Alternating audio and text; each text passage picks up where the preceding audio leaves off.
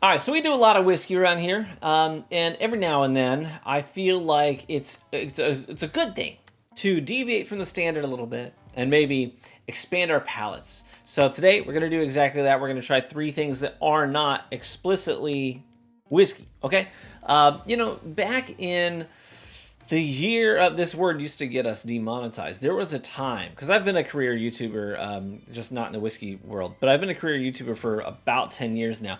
There was a time when YouTube told us don't say the C word. You know, the thing that we all got during a certain Dan Pemic. I'm sort of working around it. You know the one. It's a sickness. Okay, there used to be a time where we would say that word and we would get demonetized because YouTube didn't want us basically fear-mongering. It was a wild time, but during that year, I feel like this happened to a lot of us. We were looking for stuff that we could do at home, and I got into cocktail making. So I was mixing up cocktails for my wife and myself and experimenting with different recipes and ordering bottles to the house, and it was a really fun sort of time of discovery. And at the end of all that, I really kind of landed on what I already thought was my preference at the beginning of that journey was whiskey. I'd always liked whiskey. I'd drank a lot of scotch before then. But that really sort of launched my whiskey journey into overdrive when it was just sort of at a regular drive before then. But during that year, I got to play around with a lot of different spirits.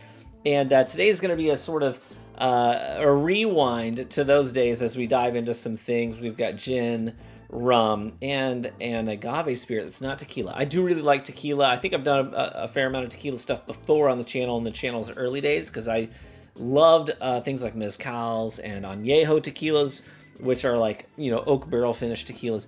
Great stuff. So anyways, let's dive right into these. So these were sent in from some folks in the Patreon community. So we've got Craig, who sent in the first two, and the last one comes from Stephen Mendoza. So thank you so much, gentlemen, for your generosity. Really appreciate each and every one of you. You guys are awesome.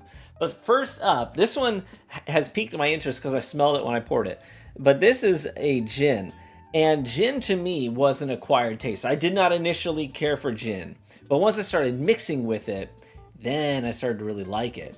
I used a lot of like botanist dry gin in some of my early recipes and stuff like that. I fell in love. My favorite cocktail that year to make was The Last Word. And, the chartreuse, the gin, the lime, all of it coming together was just fantastic. And I absolutely loved it. So anyways, that sort of started my gin affinities back then. But I've never heard of this one or had it before. This is called, I want to say Kyrö. It's Kyro with the umlaut over the O. Like I feel like maybe we should be really enunciating the O like Kyrö. I don't know. I could be wrong. Their commercials are hilarious, but their finish, and we say the word finish in the whiskey community a lot to refer to a secondary barrel of some kind. That's not this. Finish as in it's from Finland, right? Finn-ish.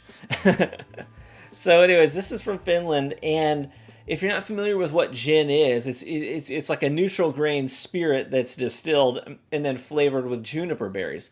And so this was actually distilled with Finnish rye. Okay, so think of like a rye whiskey, but you stop the process after you've distilled the rye. You didn't put it in the oak barrel to age it and turn it into rye whiskey.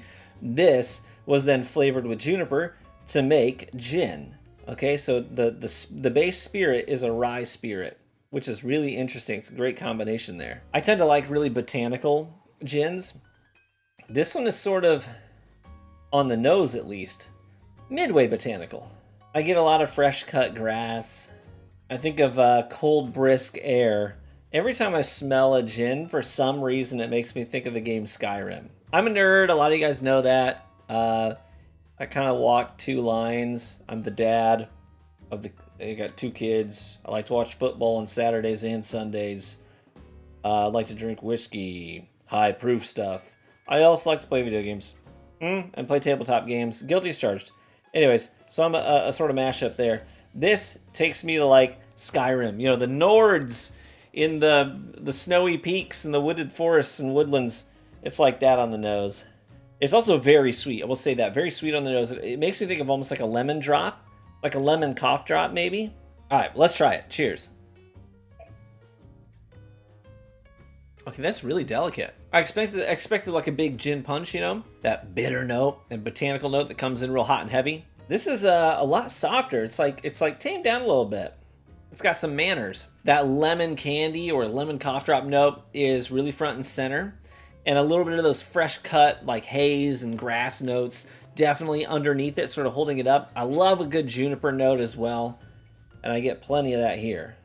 Even get sort of like a honey note or nectar, like a honeysuckle. Grew up with a big honeysuckle bush right outside my house as a kid, running around playing in the yard. Every time I'd pass that bush in the summertime, I'd rip one of those honeysuckles off and pull the stem through and get a nice big droplet of the nectar on the tip of that flower and lick it. That kind of reminds me of this, very, very floral and sweet, like nectar. That's really good. It's got a lot of manners to it. It's not big and bold. It's soft and sweet. I like that, Craig. Yeah, I wonder what you could do with that in terms of like a good cocktail, or if you would even want to mix with it. Some people actually like to just drink gin straight. I bet for sure you can make a good Long Island with that. I'm not a personal Long Island guy, but I could understand why a gin like this would work well in a good Long Island. I don't think you could go wrong making a Negroni out of this. Or an Aviation or a Gin Fizz could be fun too. But that's good. Hey, thanks Craig for sharing that. I like that a lot. Finnish rye-based gin. Pretty good stuff. Let's move on. Next up we have a Planteray rum. I think I'm saying that correctly. I honeymooned in Jamaica, and that really kicked off my appreciation of rum. I never really cared for rum or drank much rum before that. Of course, I was young. I got married young. I got married at 22 years old. And so I'd only been legally drinking for a year. So we honeymooned down in Jamaica, and we were really close to, like, Appleton Estate is a Jamaican rum. And the resort that we stayed at in Ocho Rios, it was the only rum they served. And they had, like, a whole gift store there at the resort dedicated to Appleton Estate rum. And I developed an appreciation for it. I really enjoyed my days just sitting on the beach in Jamaica with some Appleton Estate rum and rum-based drinks. But this is like not cracking rum. This is legit like craftsmanship into a glass kind of rum, okay? It's actually funny, I was just reading History of Distillation in America. I'm a bit of a book nerd, especially when it comes to distillation and the art of whiskey and all that stuff. But anyways, before whiskey was the American spirit, right? Bourbon and rye whiskey are sort of known as American spirits. But before that, before they ever had any kind of a presence here in the States, before the Revolution, we actually were known for rum. So we were part of this loop, which is probably not the best thing to brag about as Americans because it is kind of enabling a certain industry that wasn't great. But what we would do is we would have these ships that would go from Africa, and they would acquire slaves. They would take them over to the colonized different places in the Caribbean and sell them. But while they were there, people who ran plantations and used slaves to do it would pay for those slaves with, sugarcane and molasses. And then raw sugarcane and molasses would then load up onto those same boats after they offloaded the slaves and sold them. They would take then the sugarcane and molasses, and they would bring it up to the northeast coast of America at the time, and then they would sell them to the distilleries that would then take that rum, or I'm sorry, they would take that sugar, they would take that molasses, and then they would distill it into rum, right? And once that loop got really cruising, they would then pay for the sugarcane and the molasses with the rum that they made from it the previous time that they came. So anyways, that was the loop, and we had these numerous rum distillers on the northeast coast in America until we had I don't know if anyone has ever heard of this story. But one of those distilleries in Boston had this huge burst in one of their big vats, and hundreds of gallons of raw molasses that they had then purchased from this loop flooded out, and it created a 40-foot wave of molasses that literally killed 21 people. Can you imagine? Just going about your day. You're in the streets of Boston, minding your own dang business, and a 40-foot wave of molasses washes over you, and you drown. And you died. That's how you died. That would freaking suck, wouldn't it? That really happened. Anyways, that was story time with with Ryan. So this is Jamaica, 1998. It's 49.4%. So it's nearly 100 proof rum, which is kind of crazy. Matured 10 months in Bardstown Fusion barrels. Tropical aging 20 years, bourbon. Continental aging 2 years in Ferrand casks. If you're not familiar with Ferrand, I think that's how you say it. That's a French company that makes cognacs and things of the sort. I think they do champagnes too, like fortified wines and things like that over in France. But this is a single cask, by the way. And I can't wait to try it. So it's done a whole lot of secondary barrel aging, which comes through, I think, on the color. And it smells fantastic, by the way. I've been over here sniffing it while I've been rambling. It does have, a bit of an ethanol burn that I don't typically get with a lot of cheaper rums that are just all sugary. You know what I mean? They're just all sweet and sugary. This gives me a little bit of ethanol burn that tells me to respect it, because like I said, it's nearly 100 proof rum. But it's very pancakey. Right? It makes me think of like blueberry pancakes on the nose. It's both fruity and mapley. Very sweet. But there is that oak presence that you don't typically get on cheaper rums, which works really well here to sort of give some body and balance to just the sweetness on the nose. Blueberry, pancakes, maple syrup, and a little bit of seasoned oak. Beautiful nose. Let's try it. It's got the palate of a rum and the finish of a bourbon. Yeah, up front, it reminds me of like Bananas Foster. It's like a blend of two things, actually. I would say I get the bananas from like caramelized bananas from a good Bananas Foster, which is phenomenal. I love that. But it also gives you like blondie skillet notes where I get a little bit of maple and like white cookie dough. But then the finish then takes me into like a lot of seasoned oak notes that you would typically attribute to something like a bourbon or a rye whiskey of some kind that had some good age on it. You know, you're thinking of those seasoned sweet oak notes that you tend to get on older bourbons, not that young oak that's astringent. Yeah, and as I exhale long on that finish through my nose, that blueberry note is really circulating quite a bit in the back of my palate on that long, drawn-out finish. I gotta say, that's actually really good. It's really good. Who doesn't love a blondie skillet? Or Bananas Fosters, or blueberry pancakes? Like, all of these notes are things that I would, at any point in time, be happy to have on a plate in front of me, right? Love that. We'll move on to the last one. This is Devil's River, okay? This one, I'm not sure if they can actually call it this or not, to be honest. Devil's River Agave Bourbon. This comes from Mr. Mendoza down in Texas. So I think this is local to him. But it says bourbon whiskey with natural agave. Now, it is my understanding, per the standards of identity, that if you add agave nectar to bourbon, it is no longer bourbon. It's flavored whiskey. So I don't think they can actually call it that. Here's the write-up on it. It says, just when you thought we had topped ourselves with our last award-winning bourbon, we infused it, okay, keywords there, with all-natural 100% Blue Weber agave for a sinfully smooth expression like you have never experienced before. Kissed with agave nectar, this tasty bourbon is crafted to provide a smooth and slightly sweet finish. Just like our other spirits, you can enjoy it any way you'd like. Neat, on the rocks, or in your favorite cocktail. Spoiler alert, I've had some of this.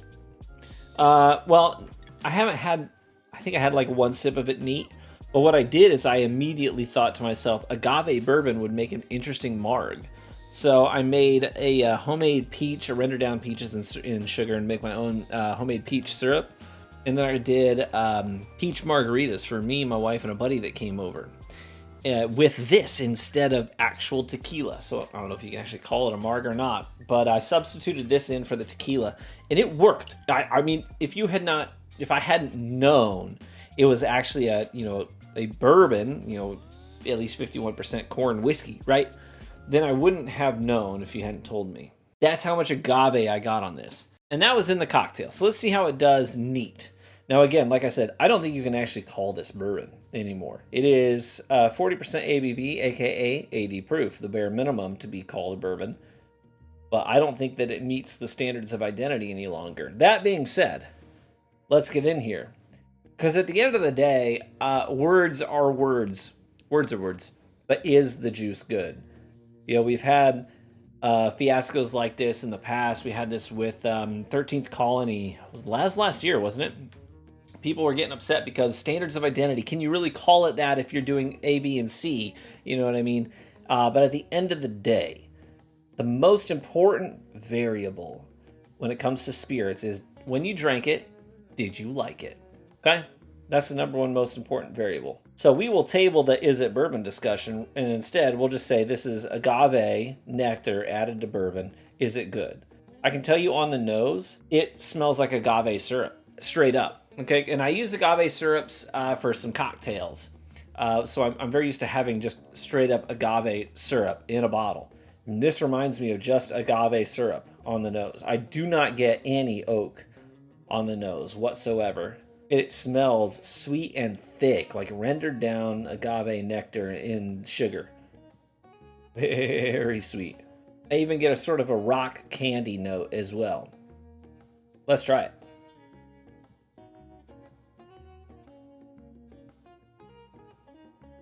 That's almost too sweet. Holy cow. It tastes like agave and corn syrup. Just straight up mixed. I couldn't even tell you this was alcohol. It just straight up tastes like corn syrup and agave. Which I suppose makes sense if it's bourbon. I'm getting a corn syrup note. But that's what it tastes like to me. If you just open up a bottle of corn syrup and you dumped it 50-50 into a different vessel with agave syrup, I mean, it even feels thick, like chewy. I feel like I'm chewing on this sip right now. Holy cow. If you've got a sweet tooth, you might actually like this. I do actually have a sweet tooth. I've tried to tame it down. You know, for the past year and some change, I made a change to my daily schedule because I have a sweet tooth, a bad sweet tooth. And the trap I was getting into was I had gained like 15 pounds in just a couple of years because what I would do is at night, after the kids go to bed, I would just snack. I'd have a sweet tooth. Maybe I'd eat a little bit of candy or a sweet snack here and a sweet snack there. Or maybe an extra bowl of cereal before bed. And that sweet tooth was really getting me in trouble. So what I did is I started this new habit where whenever we would put the kids to bed, I would put in the nighttime bedtime routine, because parents out there of younger kids, you know this, like bedtime is its own part of the day. It's not just something you tell your kids like go to bed when they're younger. It's a process that we're all involved in. And so when we would do this process, I changed this part of my daily routine. That's when I would brush my teeth. So I would brush my teeth with the kids when they brush their teeth. I moved my toothbrush to like, you know, their bathroom and everything for a while. And I did all that with them. And the thing that did was it made it so that from that point on, so it's like, you know, by the time we're done with bedtime, the routine with them, it's like close to 9 o'clock. So between 9 and 11, when I go to bed, I'm no longer willing to snack on stuff because my sweet tooth would kick in usually. But if I just brushed my teeth, I've got that. And I switched to a really, really like minty baking soda toothpaste. So that taste would hang heavy in my mouth for, you know, at least a good hour or so afterwards. So I would never want to eat anything sweet because it wouldn't taste good anyways. So anyways, that's the change that I made. I ended up losing a lot of weight in a year by just having that one change to my lifestyle. And I was back down to like my weight from back when I was 27 years old. I'm back down to that weight now. Yeah, look at this guy. My one simple trick, doctors hate him. Anyways, all that to say, if you do have a sweet tooth, you might really like this. Okay, I'm gonna pick a favorite. Frankly, it's not close. Not close at all. My favorite is this rum by a landslide. This is freaking delicious stuff. That seasoned oak on the nose intermingling with those other notes that we tend to attribute with rum, but also venturing into some new territories that we don't think about with rum. That mapley blondie skillet. Come on, you kidding me? That's great. Because it's not all sweet, it's got some balance to it. What a dynamite pour. Thank you, gentlemen, for sending these in. I appreciate you guys. Every now and then it's good to expand our horizons a little bit to more than just whiskey. I gotta laugh. Craig sends them in, and usually when I do stuff like this, I redecant them back into the sample jars that people sent them in, because I don't want to drink that much before dinner time. You know what I'm saying? Like I'm recording this at like 3 in the afternoon and I'm about to go pick up my kid from the bus stop. And if I drank all these, I'd be walking to the bus stop like, you know what I mean? I'd be that dad and people would be like, that guy's got a problem. I don't want to do that. I don't want to be that guy. I can't recant these because he sends them in these like plastic containers called from Slick Shots. I mean, they're really cool, but I gotta drink these now. Neither here nor there. Hey, cheers everybody. Thank you so much for tuning into the video. If you would like to get involved in our community, because they're awesome. They really are awesome. Sharing samples with each other. I see this in the Discord all the time. People are like, oh, I would love to try that. Really? Oh, I've got some bottles laying around. Let me send you a sample of it. What's your address? DM me. Stuff like that all the time. So cool. I love that about our community. Everybody's just trying to help each other out. Help each other expand their whiskey and otherwise horizons.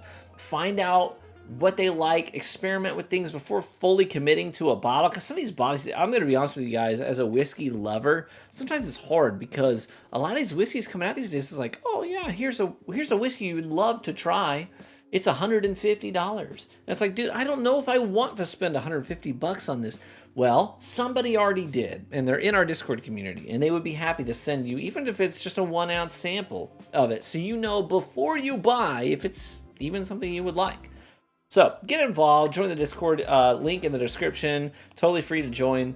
We also have like a Patreon lounge, which is its own separate Discord room within that Discord. If you're interested in joining that, you can check out a link to our Patreon page, which is also in the description, and that gets you access to other things like the day I'm recording this. We're also doing a virtual bottle share. It's like night 2 of our bottle share tonight. So we get to sit down together virtually in the Discord and just share a bunch of whiskey together. It's like whiskey show and tell. We're just sending each other stuff from our shelves and be like, try this. What do you think of it? It's super fun. And the camaraderie is the best part of it. Anyways, that being said, cheers, my friends. May you live richly and get better with age. And I hope to catch you in the next one. Bye-bye.